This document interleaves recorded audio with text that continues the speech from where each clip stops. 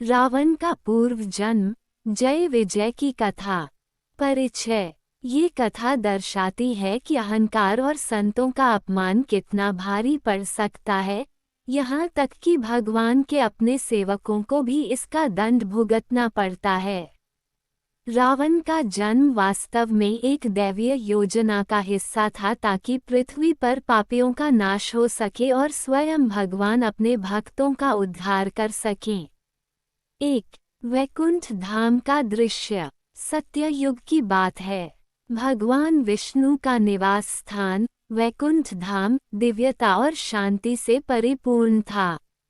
वहाँ हर तरफ प्रेम और सद्भाव का वातावरण था। भगवान विष्णु के दो प्रिय और प्रमुख द्वारपाल थे, जिनके नाम जय और विजय थे।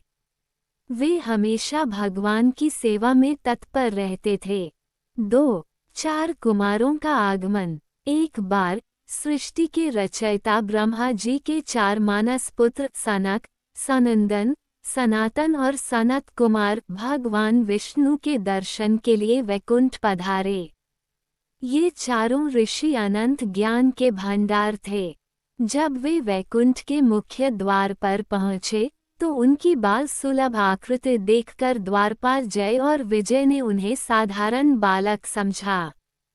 3 द्वारपालों का अहंकार और अपमान। जय और विजय ने उन ऋषियों को द्वार पर ही रोक दिया। उन्होंने कहा, हे बालकों, भगवान विष्णु अभी विश्राम कर रहे हैं। ये समय उनके दर्शन का नहीं है। आप लोग बाद में आएं। ऋषियों ने उन्हें समझाने का प्रयास किया कि वे भगवान के अनन्य भक्त हैं और उनके दर्शन के लिए ही आए हैं। लेकिन द्वारपाल अपने पद के अभिमान में चूर थे। उन्होंने ऋषियों का उपहास किया और उन्हें अंदर जाने से साफ मना कर दिया। 4 ऋषियों का श्राप। वैकुंठ जैसे पवित्र स्थान पर, जहाँ राग द्वेष का नामोनिशान नहीं था, द्वारपालों का ये व्यवहार और अहंकार ऋषियों को असहनीय लगा।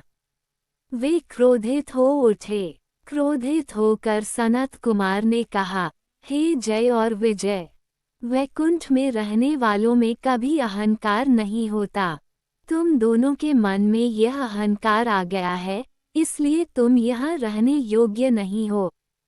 हम तुम्हें श्राप देते हैं कि तुम्हें इस पवित्र धाम को छोड़कर मृत्युलोक पृथ्वी पर जन्म लेना होगा और वहीं अपने कर्मों का फल भोगना होगा। 5 भगवान विष्णु की मध्यस्थता। श्राप सुनकर जय और विजय भयभीत हो गए। वे तुरंत ऋषियों के चरणों में गिरकर क्षमा मांगने लगे।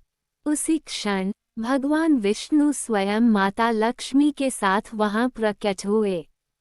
जय और विजय ने भगवान से प्रार्थना की कि वे इस श्राप से मुक्ति दिलाएं। भगवान विष्णु ने ऋषियों से कहा कि उनके श्राप को वापस लेना अब संभव नहीं है, क्योंकि संतों के वचन अटल होते हैं। हालांकि भगवान ने इस श्राप की अवधि को कम करने का एक उपाय सुझाया। 6 2 विकल्प और राक्षसी जन्म। भगवान विष्णु ने अपने द्वारपालों से कहा, तुम्हारे पास 2 विकल्प हैं। या तो तुम पृथ्वी पर 7 जन्मों तक मेरे भक्त के रूप में जन्म लो, या फिर 3 जन्मों तक मेरे परम शत्रु दुश्मन के रूप में जन्म लो। यदि तुम शत्रु बनते हो तो मैं स्वयं अवतार लेकर तुम्हारा वध करूंगा और तुम्हें शीघ्र ही मोक्ष देकर वापस वैकुंठ बुला लूंगा। जय और विजय, जो भगवान से दूर एक क्षण भी नहीं रह सकते थे, उन्होंने तुरंत दूसरा विकल्प चुना, भगवान के शत्रु बनने का।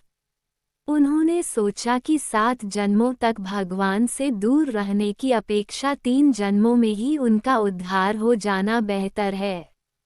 7 3 जन्मों की यात्रा। इस प्रकार जय और विजय को 3 अलग अलग युगों में भगवान विष्णु के शत्रु के रूप में जन्म लेना पड़ा। प्रथम जन्म सतयुग में वे हिरण्याक्ष और हिरण्यकशिपु के रूप में पैदा हुए। भगवान विष्णु ने हिरण्याक्ष को वराह अवतार में और हिरण्यकशिपु को नरसिंह अवतार में मारकर मोक्ष प्रदान किया। द्वितीय जन्म त्रेतायुग में वे रावण और कुंभकर्ण के रूप में पैदा हुए। इस जन्म में विष्णु के अवतार भगवान राम ने उनका वध किया और उन्हें मुक्ति दी। तृतीय जन्म द्वापर युग में वे शिशुपाल और दंतवक्र के रूप में पैदा हुए। विष्णु के अवतार भगवान कृष्ण ने उनका संहार किया। इन 3 जन्मों के बाद जय और विजय अपने पापों से मुक्त होकर वापस वैकुंठ धाम लौट आए और फिर से भगवान विष्णु के द्वारपाल के रूप में सेवा करने लगे। कहानी का सार: इस तरह रावण अपने पिछले जन्म में भगवान विष्णु के द्वारपाल विजय थे, जिन्हें ऋषियों के श्राप के कारण पृथ्वी पर एक राक्षस के रूप में जन्म लेना पड़ा।